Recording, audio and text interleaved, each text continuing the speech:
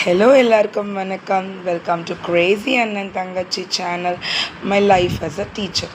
இன்றைக்கி வீடியோவில் நான் என்ன பேச போகிறேன்னு பார்த்துக்கிட்டிங்கன்னா, சண்டே மார்னிங் நவம்பர் 2ங்க.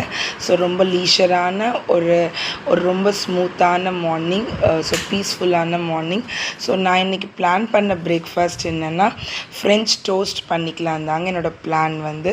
ஸோ ஃப்ரெஞ்ச் டோஸ்ட்டுக்கு தேவையான பொருள் என்னென்னு பார்த்துக்கிட்டிங்கன்னா நான் ஒரு 7 eggs எடுத்திருந்தேன், 3 பேருக்கு ஆனது. ஸோ கண்டிப்பாக milk, salt, pepper, followed by கொஞ்சம் turmeric. Pepper completely optional, but நம்ம கொஞ்சம் இந்தியன் ஸ்டைலில் கொஞ்சம் அங்கங்கே ஸ்பைஸ் இருந்தால் கொஞ்சம் நல்லாயிருக்கும் நம்மளுக்கு. தென் சுகர் இஸ் மேண்டேட்டரிங்க.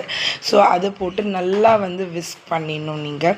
ஸோ எப்படி விஸ்க் பண்ணணுன்னா, இந்த எல்லா இன்க்ரீடியண்ட்டையும் நல்லா ஒன்றுக்கு ஒன்று நல்லா ஒட்டி இருக்கிற மாதிரி நீங்கள் நல்லாவே மிக்ஸ் பண்ணிவிடுங்க.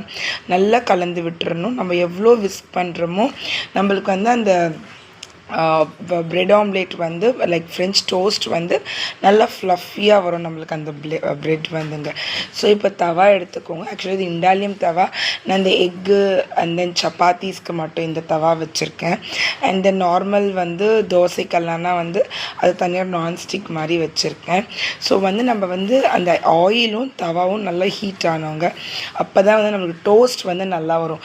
ஹீட் ஆகாமல் நீங்கள் போட்டுட்டிங்கன்னா முட்டை அந்த எக்கு ஒட்டிடும் போயிட்டு கீழே. ஏன்னா ப்ளஸ் நம்ம சுகர் ஆட் பண்ணுறதுனால ஒட்டிடும் கீழே சேர்ந்து.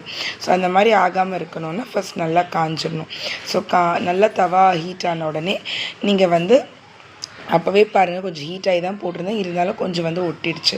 பட் நல்லா வந்துருச்சுங்க. தட்ஸ் நாட் த ப்ராப்ளம் ஆக்சுவலாக. ஸோ நம்ம வெந்த உடனே டோஸ்ட்டை அதர் சைடுக்கு திருப்பி விட்டுருணும். ஆனால் கொஞ்சம் நம்ம ஃபாஸ்ட்டில் வச்சிங்கன்னா மேலே வெந்த மாதிரி இருக்கும், உள்ளே நம்மளுக்கு வேகாத மாதிரி ஒரு மாதிரி மாய்ஸ்டாகவே இருக்கும். அப்படி சாப்பிட்டா நல்லா இருக்காது.